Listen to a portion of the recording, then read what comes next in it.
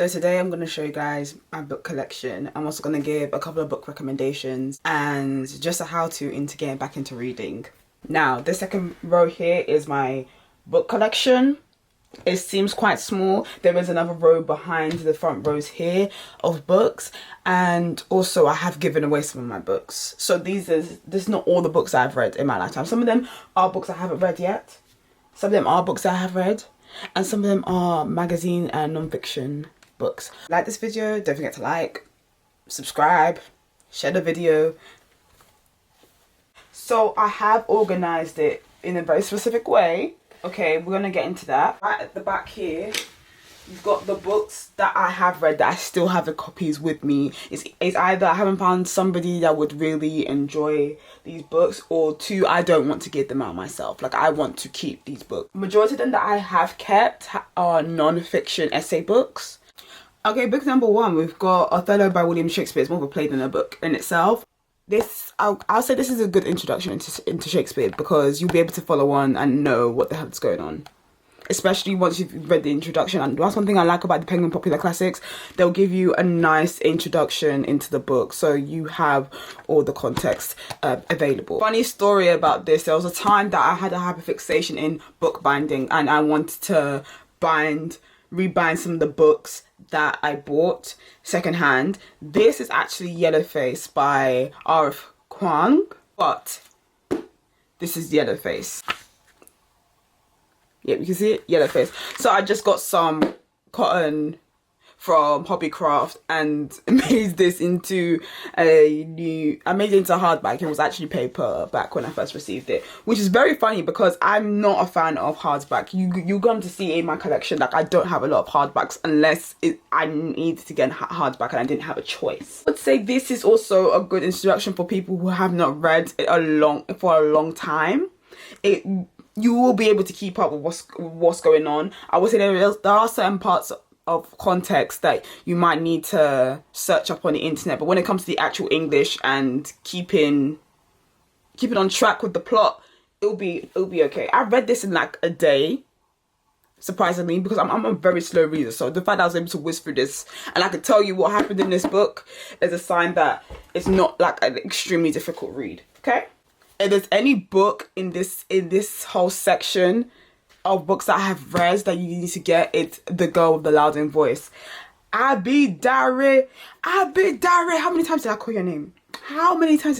When I tell you DeboDiaries, she did her thing with this book. When you're an artist of any sort, whether it's a writer, you're a singer, you're an actress, there's always that one person that is in the same industry as you, or is in the same industry which you aspire to be, and you are low-key jealous of by their talent. For me, that's DeboDiaries. Like, this book is absolutely phenomenal.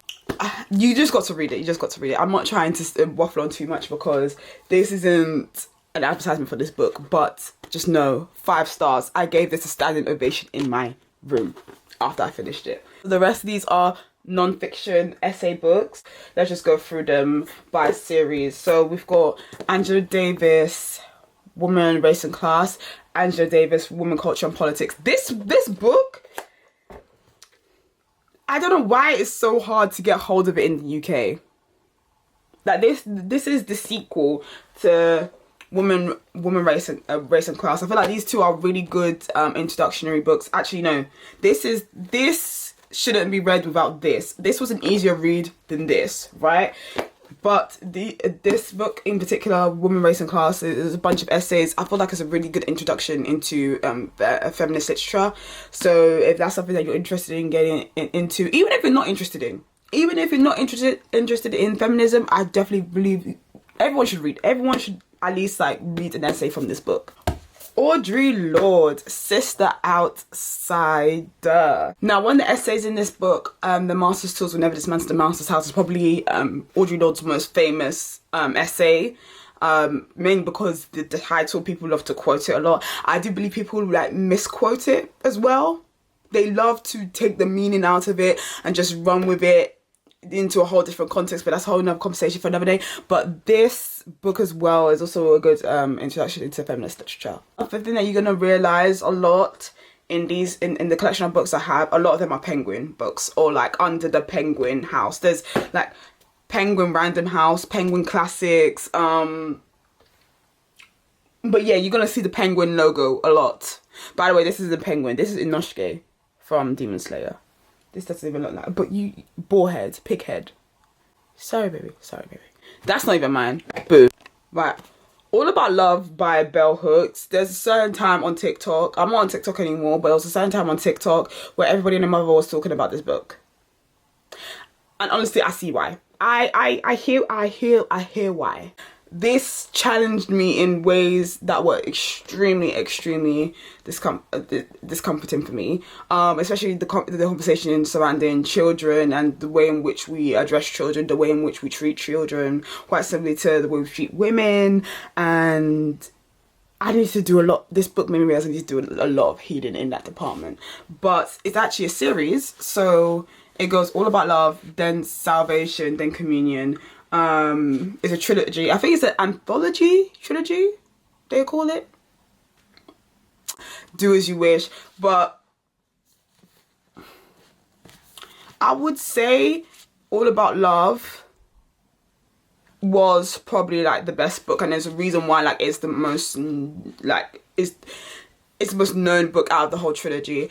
I would say my least favorite was Salvation. Salvation, I don't really remember much from it. And the thing is, if it didn't really resonate with me, I'm not gonna remember much from it. I remember much from Communion and All About Love. Like this over here, this little row here. Now, as I previously explained, I organize my book in a certain way.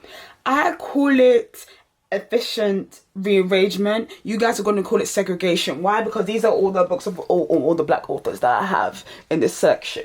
These are all my to be read books, but if somebody comes and says, oh, I'm interested in that book and I know I'm not going to read it for a while, I would give it to them. Like, I would be like, yo, you can I can loan it to you just for a while. Let's start with Open Water. Let me tell you a little secret about W.H. Smith. I used to cuss out W.H. Smith, right? T.G. Jones, whatever they want to go by nowadays, right? However, they have this little section in W.H. Smith where it's like a clearance section. Books that have been damaged, whether they've been on the shelf and they got damaged or damaged in transit, and it's not appropriate to sell it for full price. What they will do instead, they will reduce the price and then sell it. That is exactly how I got this book, Open Water by Caleb Nelson. I've heard good things about this book. All these, I can't say whether they're good or not yet, because I'm still trying to finish Wuthering Heights by Emily Bronte. For some reason, that book has been so hard for me to finish, but I am enjoying the story. Don't ask me why.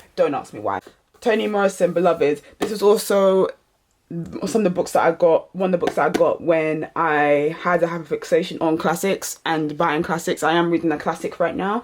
À mon avis, Toni Morrison is probably considered a classic, or she's going to be considered a classic in the years coming up. So why not?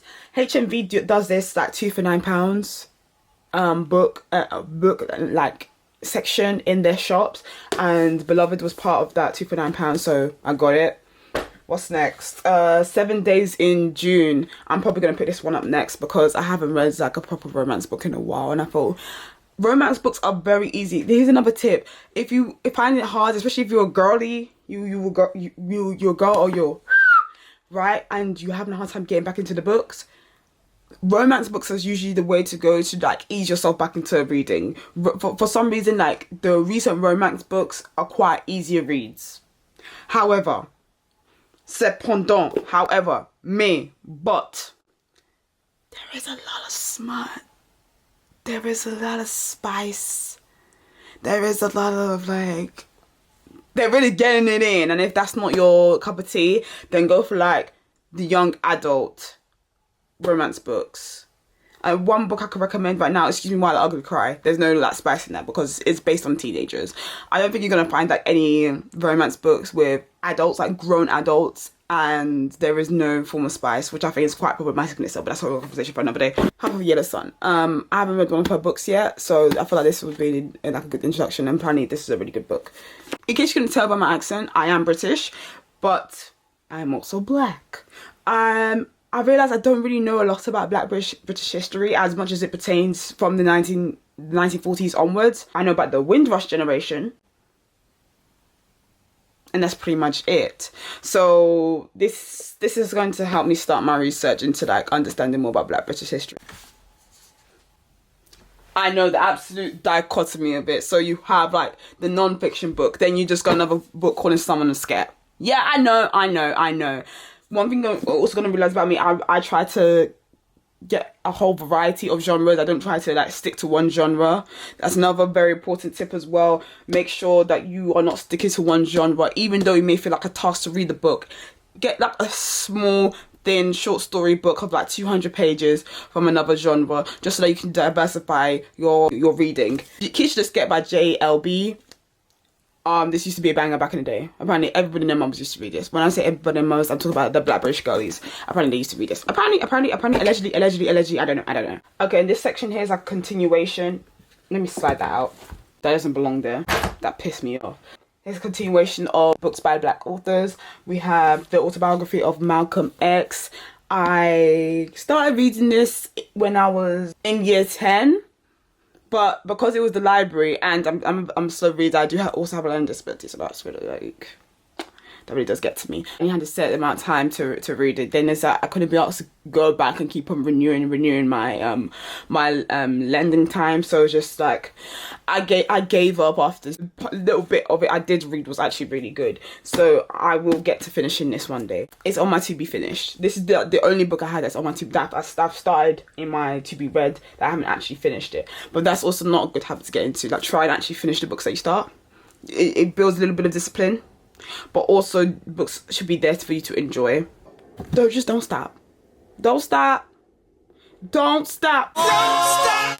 Welcome to Lagos. Nobody recommended this book to me. I just went out with my sister and her boyfriend to a charity shop. One of those big cancer research charity shops in like the south of the River Thames. And I saw Welcome to Lagos. I'm just like, oh, Nigerian. Let's pick it up. Why not? White Teeth by Zadie Smith. Now, I was not expecting this cover. This was actually a second-hand book. Some of these books are second-hand. I will get into that in a second. But I was not expecting this cover. At least the stock image that I was shown was a different cover. But this is actually very cool. Now that you look at the details a bit. Very nice. But there was a time everybody and their mothers was reading. I remember when this book first debuted in its English translation in the UK. Everybody and their mothers was reading it. And I said, okay, if it's going to be on sale, I'll pick it up and see what it's about. But if not, I'm not going to pick it up. Then I saw it in the W.H. Smith damage section. I think I got this for like £3 or something. Look, I literally have sellotape that is holding it together. Exactly. Right, on to my Clash section. An Inspector Calls by J.B. Priestley. Banger. Absolute banger. For those who weren't raised in England, you basically have to read this for GCSEs. Absolute banger of a book. It's about class inequality and just having like a communal mindset, having to look after everybody, look out for everybody. That's the whole moral of the story. Did I spoil it? Oh well. Hamlet, William Shakespeare. I think it's Arcturus. I can't put it into focus, but these are some books that I got from... Where did I get them from? TK Maxx. TK Maxx is also a hidden gem if you want to get like discounted books. But if you want to get discounted classic books, that's TK Maxx is where you go. Like the non-classic books, you're not really gonna find much of them at TK Maxx. But Hamlet by William Shakespeare, and here's the inside of it. Also, when you are physically going book shopping, just look through like the first page. Don't try like bend the spine and all that stuff, because some people do not like to receive a book that has a bent spine, especially if it's supposed to be a new book. Like, come on now, like I want to crack the spine myself. Like, yeah. This is my sister that she gave to me. Breakfast at Tiffany's. Okay guys, I don't know why I didn't film, but essentially I explained that I'm a Bronte sister and my sister's an Austen sister, so I just have a bunch of Bronte books. I have 4 Bronte books, but yeah, that book was The Professor by Charlotte Bronte, the Green and Purple book. We have an infamous Penguin cloth-bound book, Tenant of Wildfell Hall, Anne Bronte. Yet again, this is the only like Penguin cloth-bound that I have, because why? I got it from TK Maxx for like £5. But I will say about the cloth-bound books, they might be a little bit tiny in fonts. Hopefully that, yeah, you guys can see that. Jane Eyre, Charlotte Bronte, for the same reason I have all the other Bronte books, because I was trying to get into the classics. I am gonna get through them one way or another. We have this mystery book here. Well, it's not really much of a mystery. If you see a book this size in anybody's collection, you can automatically assume it's War and Peace. This is War and Peace by Leo Tolstoy.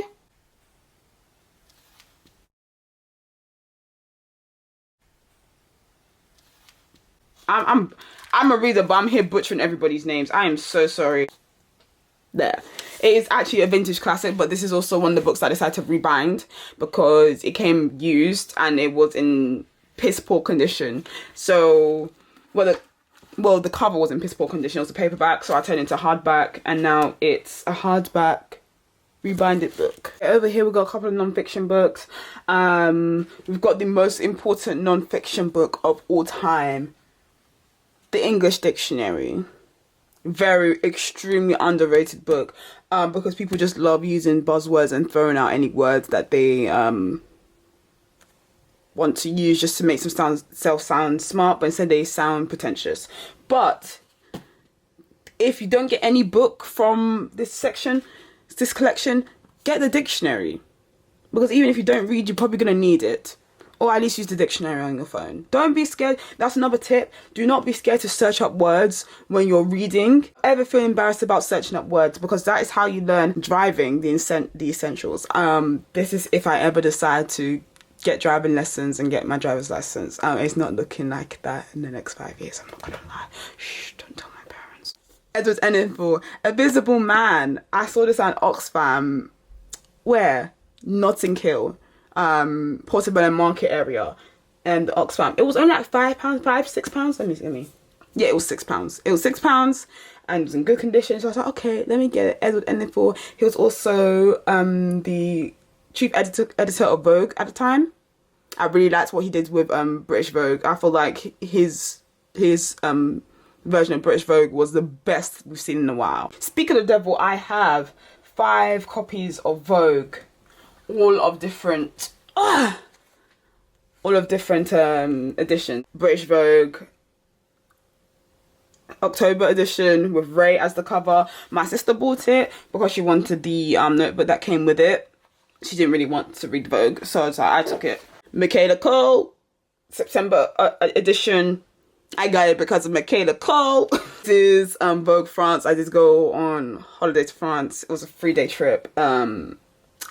I quite enjoyed that trip. It wasn't as great as my Barcelona trip, but it was worthwhile. And at the airport, I got the August edition of Vogue, and it has Anokia. No, that she's actually such a baddie. Dolce! This is the August edition of Vogue. Simmer! Anyways, December 2023. So this was like going 2 years ago. The last 2 books I have are Spanish and French books to help me like refresh any Spanish or French I need because I travel.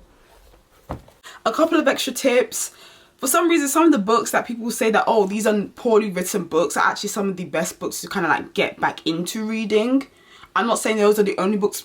Those are not the only books you should read. Obviously, please read a wide range of books. Read as wide as you can get. Also, use your libraries if you can. If you're a quick reader, use your libraries, because you'll be able to, you know, read it within the period of time that you've leased that book for, and then return them. Don't always follow what people say online, even though I did give some book recommendations in this video here. For example, the Kennedy Ryan books, the Skyland series, so that's like Before I Let Go, Can't Get Enough, This Could Be Us. even though I said that in the wrong order, but I've read Before I Let Go, the first two ones, so Before I Let Go and This Could Be Us. I thought especially This Could Be Us was a banger. I preferred the second one to the first one, but a lot of people prefer the first one to the second one. That's completely alright. Book is also about personal taste. You need to be able to curate your own personal taste, so maybe do take suggestions from other people, but then figure out what you do like and what you don't like, and from there try and find out book recommendations. Or if you like it, people that like this book also like this book, and then find your own taste. It's alright, have some form of individuality. Even though community is important, individuality is also important. Have your own taste in books. Some people like sci-fi, some people like gothic, some people like romance.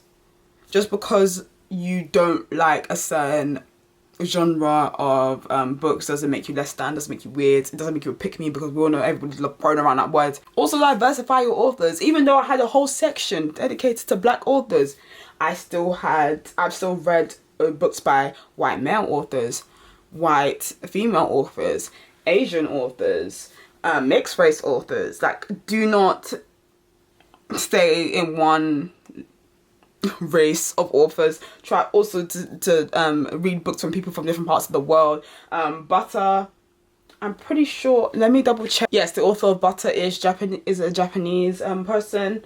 Bronte sisters, all white women. Truman Capote, author of Breakfast at Tiffany's, white man. Like, I have a whole range of authors, and you should do the same. I feel like a lot of times also when people say that, oh, books are not well written anymore. Yeah, because you're all reading authors of the same demographic. I'm telling you now, black authors are not allowed to get away with having poor grammar in their books. I'm just saying. But yeah, I hope you like this video. Like and subscribe if you liked it, and I'll see you in the next one. Bye.